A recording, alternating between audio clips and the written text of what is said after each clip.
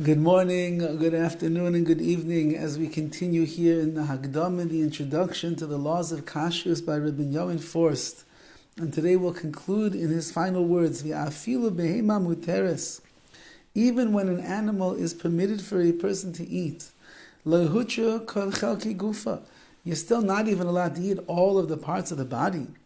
Ki yesh chalakim asurim ba'achila. There are certain parts of the animal's body that is also that we're not allowed to eat.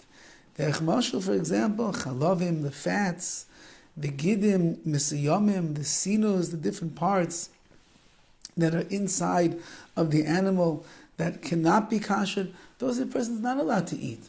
So even in the world of the kosher animal, there are still details that are there that we have to make sure that we're doing properly. Afilu habasa shehut elanu.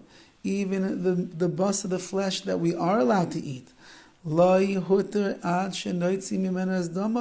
First you have to remove all the blood that's in there.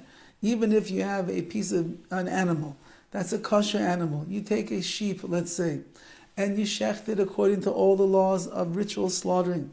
And you check it on the inside and you find that there's no blemishes and therefore it's a kosher animal.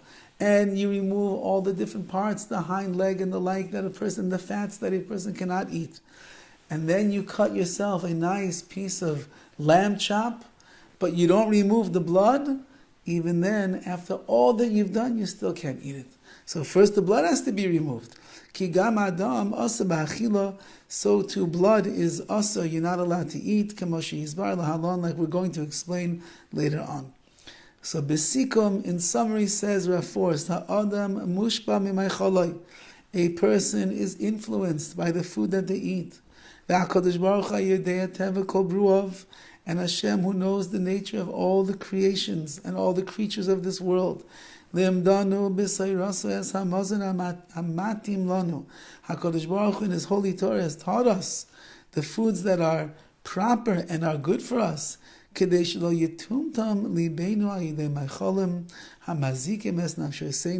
that we will not be metamtem, seal off our hearts from the food that it can damage our nefesh, our souls. Those foods are maichalos ha'asuros.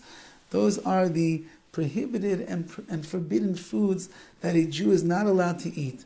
Now, just to conclude with the words of the Ramchal in the Mesilas Yesharim, he writes over there that eating non-kosher food is one of the worst things that a person can possibly do. In all of the averas, all the sins that there are in the Torah, eating treif is the worst. Why? If a person, let's say he's Mechal Shabbos, they desecrate the Shabbos, they turn on the light switch on Shabbos, that's it. The action is over. And their hands are no longer involved in the desecration of the Shabbos. A person ends up, God forbid, saying Lashon Hara about somebody else, and he does it in such a way, could hurt another person. So once that the words of Lashon Hara have been released from his lips, it's over. The lips stop moving and stop saying Lashon Hara.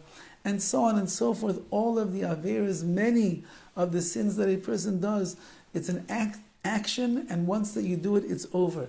However, when a person ends up eating the food that is treif, that is not kosher, it wasn't a right kind of animal, it wasn't slaughtered in the right way, the blood was not taken out of there, you ate from the part of the animal that you should not have.